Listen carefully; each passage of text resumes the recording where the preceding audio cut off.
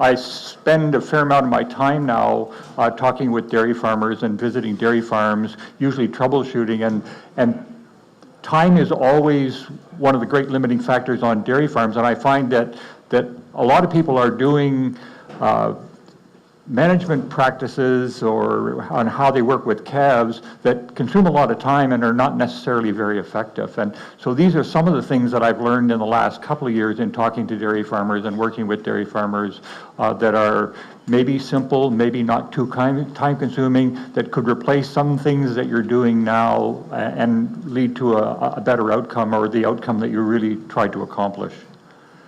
So this is an outline. I put in an outline so that you know when I come to subjects that kind of look like this, for heaven's sake, it's almost over anyway. And so once we start talking about cleaning, you can start putting your napkin in your shirt because we're almost done. But the calf pneumonia, I want to talk a little bit about calf pneumonia. I don't want to make an exhaustive presentation on calf pneumonia, but I want to talk a little bit about some tips that we can take to pick out calves that are sick.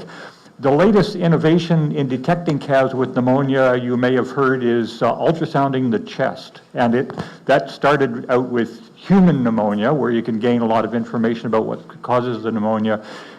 People, veterinarians, researchers have been doing that with calves now for about the last 5 years, and we find out when we do that we only really see about half the calves that actually have pneumonia, and according to the ultrasound. So the ultrasound shows that they have pneumonia, but when we look at them to determine whether they're sick or not, we only find about half those calves. So we can do a better job. There are some pretty simple tools to help us improve in doing that job. So pneumonia and calf scours, you're all aware, are the two most common diseases that occur with calves. And interestingly enough, I don't want to take it personally as being a failure in professional life, but there was a research report published just a few weeks ago that showed that, at least in the United States, and I don't think Canada is that much different, that the percent of cases of pneumonia and diarrhea in calves has not changed in the last 20 years that I've been a veterinarian. I should be doing a better job, I think, and because we all hope that we're going to prevent disease as opposed to just treat the disease. So calf respiratory disease, or CRD as I call it, it has both short-term and long-term impacts on calves. The short-term ones we've known all along. Yes, you're sick, you're not going to grow, et cetera, et cetera. The long-term ones we're just beginning to understand, but it's pretty clear. There's at least 6 research studies now that shows that if you have pneumonia as a calf, you will be less productive as a heifer. To the point where when I work with some of the dairy farms that I do, they make a point not to keep calves they've treated with pneumonia. They'll raise them up, they'll breed them, and then they'll sell them because they don't necessarily want them in their herd because they know they're likely to be less productive. We've talked about whether that's ethical or not, but anyway, that's what people are doing. So calf pneumonia occurs pre-weaning, I think most commonly, but we frequently observe it as a clinical disease in post-weaning. And then with the trend toward group housing, research so far only in Quebec for Canada, but I don't expect it'll be too much different in Ontario, is that if you raise calves in group housing, the frequency of pneumonia you can expect is about twice what it is if you raise calves individually, whether you raise them in hutches or whether you raise them in individual pens. So we're likely to see more pneumonia in the short term than less pneumonia, particularly as we move to more group housing situations. Some veterinarians, if we see post-weaning pneumonia and pre-weaning pneumonia, we wonder whether a lot of the post-weaning pneumonia was really a carryover from pneumonia that was unobserved in those calves before they were weaned. So if the calf has pneumonia, and we'd ideally like to prevent it, but if the best chance to have a good recovery for the calf is that if we recognize that they have pneumonia early so that they can be treated early. And when it's a young calf, it's often just a matter of 1 or 2 days, the difference in the outcome. They will survive because we have wonderful tools to treat these calves, but they may not thrive as a consequence of having been diagnosed late. So we want to detect them when they first get sick so that we treat them when they first get sick so that they respond better, they don't become chronics. So we think calves, as veterinarians, we think calves that become chronics are often not recognized, that it's not because they have some sort of crazy bacterium or virus that causes them to have chronic disease. We think it's quite probably the fact that they weren't seen to be sick when they first developed pneumonia and we treated them too late, and that's why they become chronic or have a greater impact on productivity. And that certainly seems to be the case. With a study done a couple of years ago in Quebec on 13 different dairy farms, the dairy farmers only found 40% of the calves that had pneumonia. So there's quite a few calves out there that are going unrecognized. Can we do better? I think we can. And there's some wonderful tools that we can use that most dairy farmers, when I sit down and talk to them, they already use. They don't necessarily use it in this organized manner, though. And so I want to run through a tool that was developed in Wisconsin but has been tested in Canada and seems to work pretty well. And this is a calf scoring system. If you go to the internet, you can download it off the internet. You can also get it through the App Store, the Apple App Store. There's no Android program yet, but you can download it, you can print it as a chart, et cetera, as sort of a teaching tool. It's two-sided. One side is just a form to record the scores for calves or treatment, and the other side is, and this looks intimidating when I throw it up, the other side is essentially a chart that looks at the sorts of things you would evaluate in calves to determine whether they're sick or not. And so there's 6 things you would evaluate. You're going to evaluate temperature. I would always do that last, particularly if it's a calf in a hutch. I'm not going to crawl in there if I don't really have to, type of thing. And so you're not going to do the temperature first. But then you'd look at whether it has a cough, and this is an induced cough. So if you just rub its trachea, does it cough? Does it cough just once? Does it cough multiple times? Look at its nasal discharge, and you would score the temperature on a scale of 0 to 3, the cough on a score of 0 to 3, the nasal discharge on a score of 0 to 3. This is just the conversion of the Fahrenheit to Celsius, and we'll just skip back that. The next two signs that you would look at would be the eyes. So what is there discharge around the eyes? Do the eyes look bright? Do the ears look normal? Are there drooping ears? Is there a single drooping ear? And then what you would do is, looking at the 6 of these attributes, you would assign a score to them. If the total score adds up to less than 4, then the calf is normal and is likely not sick. If it adds up to 4, the calf is kind of on the bubble. It might be sick, it might not be sick, we're not really sure. If it's more than 4, then it is sick, and you should consider whether you should treat the calf or not. Seems straightforward, right? What I want to point out is a few things that are really important in this. A lot of times people think of a single symptom or sign in a calf: it didn't eat, and therefore it's likely that I need to be careful of it and treat it. What it didn't eat means is probably you should have treated it yesterday, that it had the signs of being sick yesterday, not that it's all of a sudden sick today because it's not eating or it's eating slowly. It likely should have been seen to be sick yesterday. So that's one thing. How much it ate is not in the scoring system. The second thing that's important, if you need a score of 4 or more to be of concern, there's no one sign that will give you 4. You have to see at least 2 things going on, because the maximum score for any one assessment is 3. So that's another powerful thing with this. The third powerful thing for me is, because there are 6 of these categories, you could have them all score 1s, the most mild sign. Many people tell me this is a normal for calves, and maybe on some farms it is, but it isn't normal. Some people say this is a normal eye, this amount of discharge. Maybe it's common on many farms, but that doesn't make it normal. But if you add up 5 things that each score 1, then all of a sudden this calf is sick and may need treatment as well. Another powerful aspect of of this scoring tool. I've tried implementing this on a large number of farms right across the country. And at first it looks intimidating as heck, but when you sit down and you talk to a dairy farmer, the people that look after the calves, they already do this, they just don't do it in a systematic way. If I ask them what do they look for to see whether a calf is sick, they'll list all these things, and I said, yeah, but do you know how abnormal it has to be in order for it to be important? And oh no, I never thought about it that way. My experience has been that people who evaluate calves can do this scoring in about 2-3 seconds. And then they might identify that a calf is obviously sick. Okay, we're going to go ahead and treat it according to the protocol that my veterinarian has worked out. Or, man, I'm worried about this calf, and if somebody else is feeding it tonight, they should know that I'm worried about this calf. We should write that down or note it, or even put a mark on the calf's pen or a mark on the calf somewhere so you know that the calf is of concern. But it's very systematic, which is very powerful. It looks at things that are mildly changed, not just severely changed. So it allows you to identify calves that are sick a little sooner than if you didn't use a systematic approach. When this was first proposed almost 10 years ago now, we weren't really sure whether we were doing a good job predicting which calves were sick.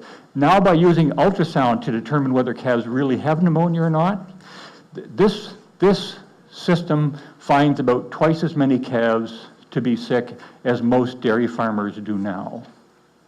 It still doesn't find as many as you would find if you used ultrasound of the calf's chest, but it's way more time efficient to use this to find twice as many calves that need to be treated as to find all of them. And I'm happy with that. We still don't know if you use ultrasound whether every calf that has abnormalities on the ultrasound really needs to be treated or not. We still have to do that research to figure that out. But this finds calves way earlier and calves that are mildly sick that could benefit from being treated and is a really useful tool. You can download this chart from the Wisconsin website. You can print it as a poster size, and that's what I recommend for people who have multiple employees feeding calves, so that everybody kind of looks at it, sees, oh yeah, that's what I should be looking for, and this is what's important to determine whether a calf is sick. It's a very good tool for that.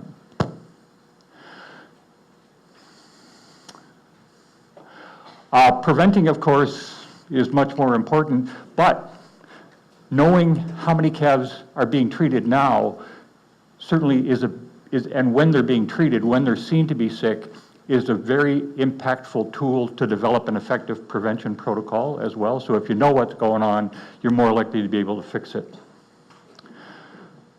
Not every calf that looks as if it has pneumonia really has pneumonia, and so I put these in. There are other things like aspiration pneumonia, fractured ribs, which are really common. Using ultrasound has shown us that fractured ribs are really common in Holstein calves, and so they look as if they've got pneumonia.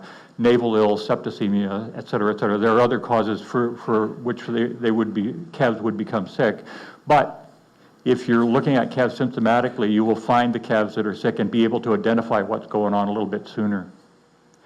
Okay. There's another scoring system that's out there you may have heard of. It's for scoring newborn calves. It's very similar to APGAR for human infants. And the Vigor score for calves is not as well developed, but it's out there. It's available as well. It was developed at the University of Guelph. And for people that are in the calving pen, it's kind of useful to determine, to identify high-risk calves shortly after they're born. Do they need a little extra care? So that's a useful scoring system as well. The last two presentations I want to do, or the next two presentations I want to do, is talking about it's maybe better to measure than it is to guess, because it's easy to guess, but it's ultimately turns out to be a little bit better to measure.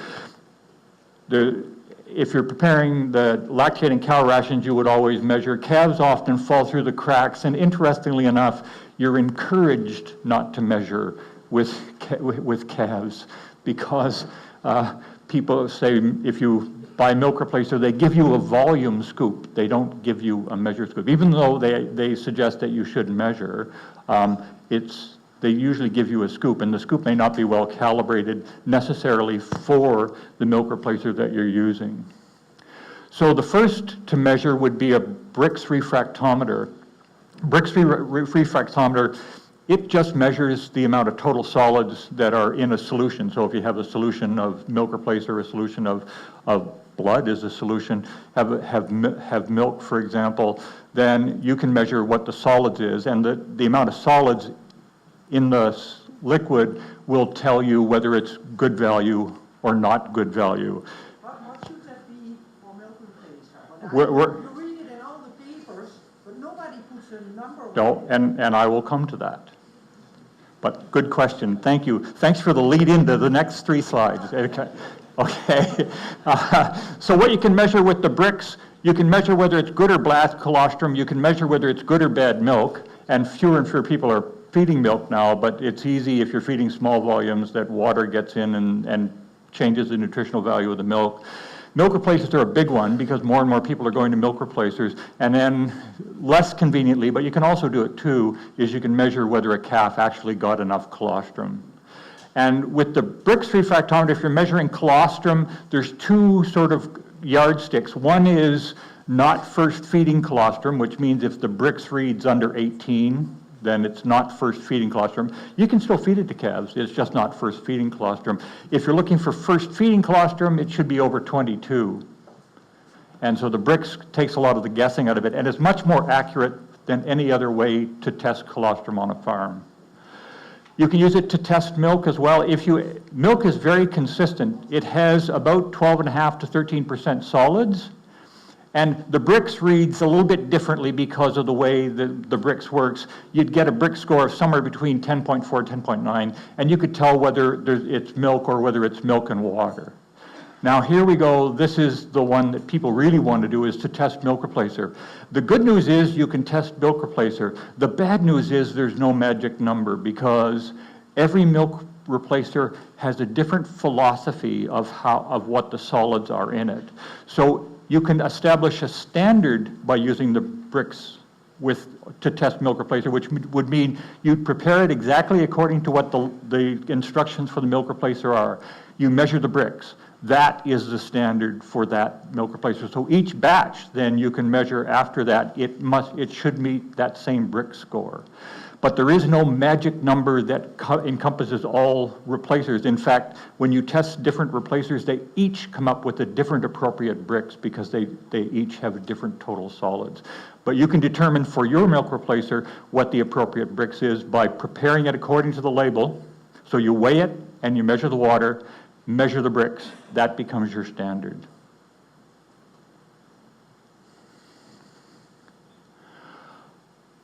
If you really want to know what the percentage is for the solids for the replacers, there's a correction factor, but you don't need to know that, because you just measure with the same Brix what the value was when you first mixed that milk replacer. That is what your target is. You're not really trying to determine what the actual total solids is. You could, but you're just making sure that each mix that you make of that same milk replacer is consistent.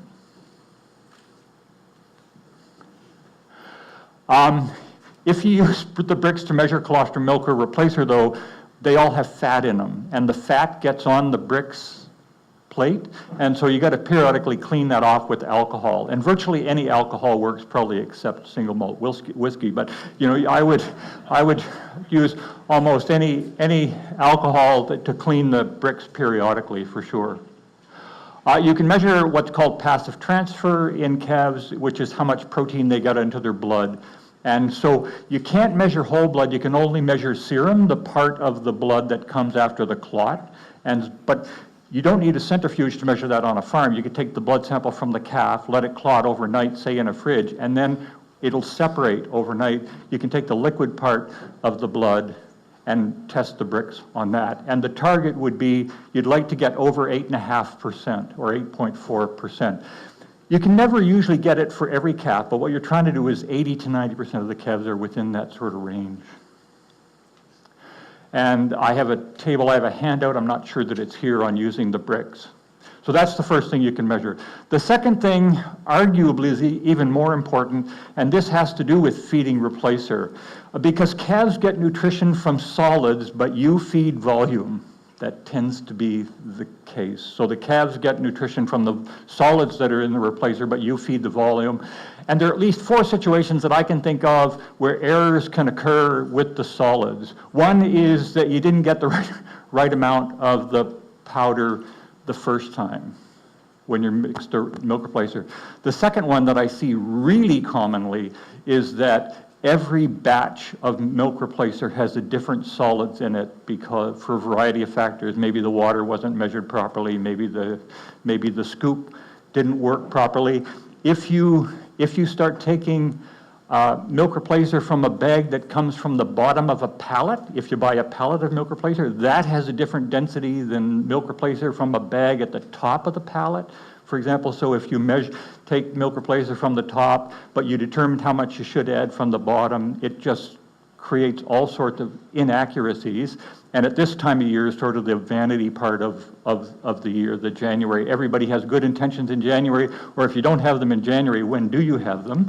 And so when people are shorting themselves 5% on groceries, Weight Watchers and similar organizations, they make a fortune on that because people call that a diet. But we do it to calves commonly. You know, if you think of how easy it is to put 5% less solids of milk replacer when you make the milk replacer, it's not surprising that we put calves on diets inadvertently. The third thing is not adding the correct amount of water, and this is where reading the instructions on the milk replacer becomes really important. Yes, you can measure the water, but you have to also read the instructions on the milk replacer to determine whether the milk replacer tells you to add that much water or add water to a final volume, because it's very different, and I'll show you the difference between that. And then the fourth thing is not mixing the replacer properly, because milk replacers have continually improved in their ability to provide appropriate fats and proteins, but they can only do that if they're mixed properly. So the directions for mixing milk replacers have advanced over the last few years, and to the point where if they're not mixed properly, they may not be as digestible as you want them to be. So it's important to know what that is. So if we look at not mixing the right amount of powder or not mixing the same powder every time, then it leads to short-term changes in nutrition, which might not matter in August, but it sure matters the last 3 weeks. If you're shorting the calf 5% the last 3 weeks, and from the dismal weather forecast going forward, probably the next 3 weeks also, then those calves are likely to be nutritionally stressed because you're not providing them enough groceries to offset their increased need when the weather is this cold. The other thing that I commonly get called for is people feeding milk replacer and the calves bloat, or they don't eat as aggressively every meal, or they have abnormal stool, either too dry or diarrhea. One of the first things I want to do is to find out in those situations just what the procedure is for mixing the milk replacer. And because I'm cynical after 35 years of being a veterinarian and 65 years of being a human, that people say things that they do, but they don't actually do those, then I always like to be there as a fly on the wall as people are feeding the calves, et cetera, so I can see what they actually do compared to what they intend to do. I'm well-intended most days as well, but some of the people around me are not as convinced of that as I am. And so it's easy to believe you're doing okay. It's not so easy to be actually doing okay when you're doing something that's a routine procedure like milking or mixing milk replacer. I am a strong advocate of scales. With milk replacer, I like the little digital ones because the digital ones are much easier to keep in calibration than these types of scales. And with milk replacer, the digital ones, because you're weighing small volumes, are a little more accurate than the spring ones, but I'll even take the spring ones over guessing. And because I think measuring anytime, particularly if you're measuring groceries, and if you're measuring groceries that is going to be used for every calf in the place, then yeah, I think it's really important that you would actually measure to determine how much solids would give. And if you so the compromise is, because you don't want to measure it every time, if you get a new milk replacer or a new batch of milk replacer and it comes with one of those glorious little scoops, I think you're well advised to take your scale and determine whether that line on the scoop really is a reflection of the total amount of milk replacer that you're supposed to give. You do it once, right? Once for that bag, once for that pallet, however which way you're going to do it, and at least you test, you're not taking that scoop is actually accurate, or that you know how much to put in the scoop too. That's another thing that's kind of important. So you take a lot of the inaccuracies and approximation out of feeding calves, and there's nothing more basic than making sure calves get enough groceries on a daily basis, for sure. Where water comes into play and where you have to read the label is that there are milk replacers that say you add a given volume of water. And then there are milk replacers that say you add water to a final total volume, and that's very different. If you think the objective is to produce 10 liters of milk replacer, for example, and you add 10 liters of water as opposed to adding water to the powder till you get 10 liters of the final solution, there's about a 20% difference there in the amount of groceries the calf is going to get. So you need to know what the label says. That don't assume that you know with a new milk replacer just how you're supposed to do it. Is it the total volume they're interested in, or are they actually telling you to add 10 liters of water or 100 liters of water, et cetera? Know what the directions are. Yesterday we were in a seminar and I was asking people if they knew how to store, what the requirements were for storing. In this case, it was colostrum, and I must confess I didn't, because I don't keep that information in my head. But not many people in the room knew what the appropriate storage conditions were either, and so I thought that was kind of interesting. I'm like everybody else. Why would I read the label when I already know what it says? However, it's reasonably common that I don't know what it says, and so I look it up. And this is one of those things that's really important, the mixing instructions, just to make sure that you understand what the manufacturer intended. The fourth point about measuring is making sure that it's mixed properly, and here it becomes a temperature game. This is a cut and paste of the mixing instructions for a milk replacer you can buy in Canada. Weigh 150 grams per liter of powder. For a higher level of nutrition and higher rates of gain. The marketers were involved here. And then you would mix that in half a liter of hot water, 60 degrees being their definition of hot.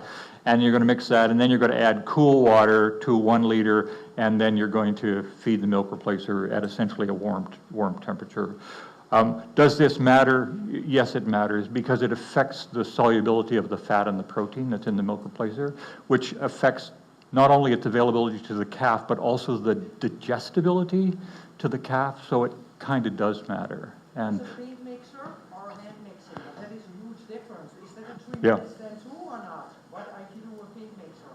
How much shorter do you go, or do you go at the same time? Same time. Same time? Yeah. Because you want to make sure that it's mixed, and you have no way of knowing whether it's mixed or not, so you follow the time instruction. You have no way to assess whether it's mixed unless there's a bunch of replacer in the bottom, right, when you empty it.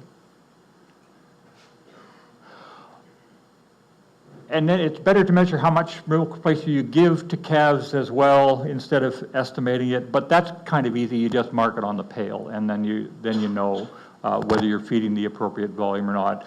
And then you should always adjust for weather like this, the cold weather. The thermoneutral zone for calves goes down to about 12 degrees Celsius. So when they get into this sort of situation that we are now, they are burning calories just to stay in one place.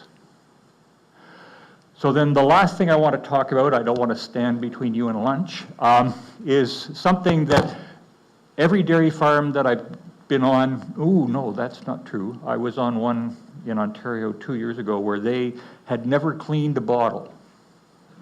Never. No, I'm serious. And it was obvious. In fact, I asked the hired woman who was feeding the calves, I said, it doesn't look as if you clean the bottles here. And she said, yeah, they've never asked me to do that. And she said, Seriously, she said, this is a third dairy farm that I've worked on, and I've never not had a cleaning procedure for, now it may not have worked, but I've never not had a cleaning procedure. And so sure enough, so we instituted a cleaning procedure on that farm. The first one was, you got a garbage bag? And that was the first, because if things have not been cleaned particularly not been cleaned properly for a period of time, there is no redemption for those. If they have what's called a biofilm on the inside of the bottles or the plastic pails, etc., you can't clean that off. There's no way you can power wash it off, you can't scrub it off. It is so adherent that you just can't clean it. And so, let's start afresh and then implement a cleaning program. I was amazed. It was the first dairy farm that I've ever been on that had no cleaning program for the bottles. And it was interesting. I got called because they had a diarrhea problem in calves starting at 3 to 5 days of age that wouldn't respond to every antibiotic that they tried. I mean, sure, hardly surprising here. And so we implemented a cleaning program, and changing one thing hardly ever totally fixes a problem, but I committed to come back, and I went back about 6 weeks later, and now they have all sorts of free time to actually do a lot of things because they're not treating scouring calves. And they were treating 80 to 100% of calves for scours. And that's got, you wouldn't want to go down and see the little guys or girls if you were treating that many of them, right? It just sucks up so much of your day, your energy, your attitude, your bonhomie, it just sucks you dry. But I'd never seen a place that didn't clean. Most people clean. A lot of people don't clean very effectively, and so I want to talk a little bit about the important steps of cleaning. So calves and cleanliness are really important in much the same way as infants and cleanliness are really important. I can put up with a lot that I wouldn't dare subject a baby to, right? That's just kind of the way it is. And the same is true for baby calves. When you feed to milk, colostrum, or replacer, a big part of what's in there is fat and protein, and those are both difficult to clean. They just are. So feeding equipment or plates or bottles or pails that have had fat or protein in them, they're not especially easy to clean.